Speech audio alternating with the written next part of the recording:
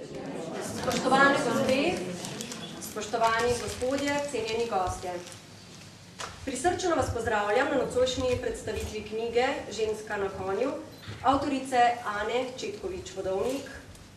Še posebej toplo pa danes v naši sredini, poleg avtorice, seveda Ane Četkovič-Vodovnik, pozdravljam tudi župana občine Slovenske Konjice, Mirana Gorinška, Vasilija Četkoviča Vaska, avtorja kipa Ženska na konju, Greto Kokot Rajkovič, ki bo povezovala današnji pogovor, kaligrafinjo Klaudijo Simler, ter seveda vse vas, ki ste se odzvali našemu povabilu. Dobrodošli, veseli nas, da ste z nami. Spoštovane gospe in gospodje, dragi gostje in upam si reči tudi prijatelji, še posebej pa seveda pozdravljam avtorico knjige, gospo Ano Četkovič-Vodovnik in pa njenega moža Vaska. Kajti, če njiju ne bi bilo, potem tudi današnjega večera ne bi bilo, pa tudi marsikaterega lepega trenutka pred današnjim večerom ravno tako ne. Nekako, kot je že Jerneja povedala, se besedna zveza Ženska na konju po Konjicah kakšen dober mesec dni že nekako valja in po vseh napisanih in drugačnih medijih pojavlja. Pri meni se ta besedna zveza pojavlja kakšno leto nazaj, malo prej. In moram sedaj predvsem priznati, da me za postavitev Ženske na konju ni prepričal Vasko, ampak gospa Ana, ko smo v enem pogovoru, v enem takšnem turobnem jesenskem dnevu, pa vendar je bil čudovit, za kar se še danes zahvaljujem, ko sva uspela izmenjati nekaj besed in ko sem spoznal, kaj pravzaprav pomeni ta Vaskotova skulptura, kaj je druga plat te medalje. In izjemno sem vesel, da bomo danes to skrivnost, zakaj skulptura Ženska na konju, uspeli izvedeti tudi drugi. Jaz sem imel to čas, da sem v začetku tega meseca dobil v dar tole knjigo in prebral sem jo, pa vem, da jo bom še ni dvakrat, trikrat. In upam, da bo Vasko tudi prebral, ker sem prepričan, da še ni.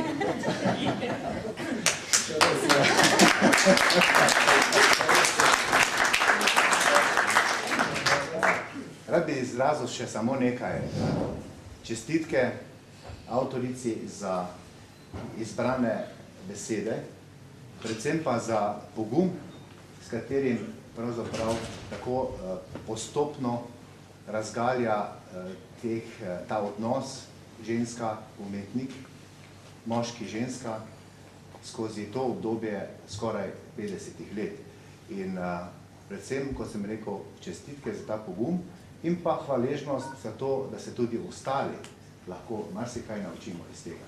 Meni je marsikatera stvar bolj jasna, nažalost šele sedaj, ampak nikoli ni prepozno, pravim. Vsem skupaj želim en prijeten večer in jaz sem trdno prepričan, da bomo o pomenu te knjige še marsikdaj slišali in prepričan sem še nekaj, da bo tudi ta jesensko vreme, ta prah, ki se dviga okoli Ženske na konju, se bo polagoma polegal in da smo vsi skupaj ustvarili en lep dogodek takrat, danes in tudi eno popotnico za mlajše generacije.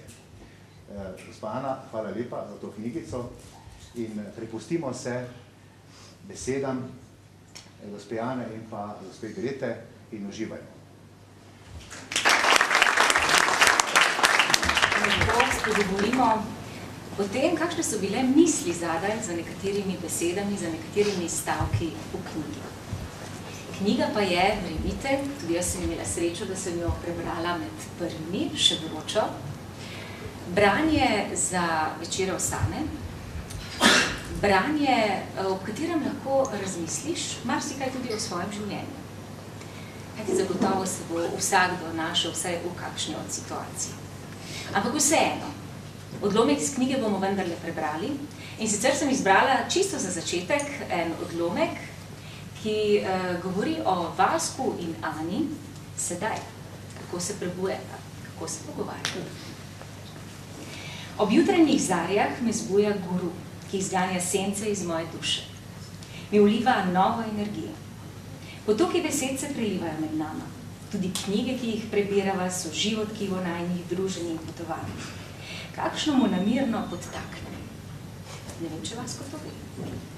Tudi nočne sanje so včasih zanimiva snov pogovora in imajo svoj odsev resničnosti, če ravno jih on ne obuja rad. Naučila sva se pogovarjati in poslušati. Še vedno ima rad svoje monologe. Številne replike, ki mu včasih dvignejo adrenalin do meje strpnosti, so moja slabost in tudi moja pravica. Čas je dragocen privilegij najinih obredij, brez začetka in kraja, dokler še obstaja jutri. Tale predstavitev moje knjige Ženska na konju tukaj v Slovenskih Konjicah ni naključna. Povezuje se z dogodkom pred dobrim mesecem in pol, ko je moj mož Vasko tu postavil skulpturo Žensko na konju, ki nosi naslov moje knjige oziroma moja knjiga naslov te skulpture. Tudi to ni slučajno. Ko je on ustvarjal skulpturo Žensko na konju, sem jaz pisala knjigo in iskala naslov. In ko sem spoznala, zakaj pravzaprav upodablja žensko na konju, mi ni bilo težko iz mnogih naslovov izbrati prav tega. Ženska na konju. Kaj pa pomeni simbolično v prispodobi ta naslov oziroma skulptura, bom skušala nocoj povedati skozi svojo knjigo. Ženska je na poti v življenju izpostavljena pravzaprav mnogim preizkušnjam in težavam in ko jih nekako premaga in je zadovoljna v življenju, reče, no, zdaj sem pa na konju. Se pravi, da je ta naslov zelo simboličen, ko smo nekaj v življenju premagali, naredili, smo zadovoljni, smo na konju. In ta ženska predstavlja pravzaprav tudi svobodo, ki si jo želi v življenju, si jo želi tudi njen partner. In ko oba dva spoznata, kaj je glavni cilj enega sožitja, je njuna svoboda v tem smislu, da živita vsak svojo osebnost. Skupaj seveda sta neka partnerska integracija, ampak vsak mora negovati, spoštovati svobodo in drugačnost partnerja in živeti svojo podobo.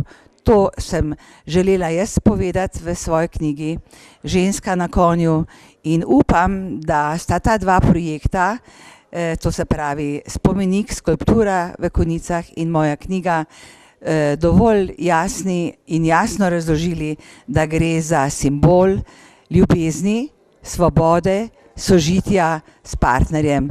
Torej, moški naj mi ne zamerijo, če jih personificiram s konjem ali živaljo. Ta žival, konj, je tako lepa, tako univerzalna, tako intuitivna, s toliko instinkta, da pravzaprav presega človeške sposobnosti. Seveda sta pa pravzaprav tudi moški in ženska, oba skupaj erotična simbioza, kaj pa je lepšega kot biti skupaj s partnerjem erotičen. To pa ne pomeni tisto, kar mogoče nekateri gledajo, seksualnost, perverznost ali še kaj drugega. V umetnosti golota ni perverzna, v umetnosti je golota samo iskrena in čista izpoved umetnika. Upam, da nama je z Vaskom to uspelo.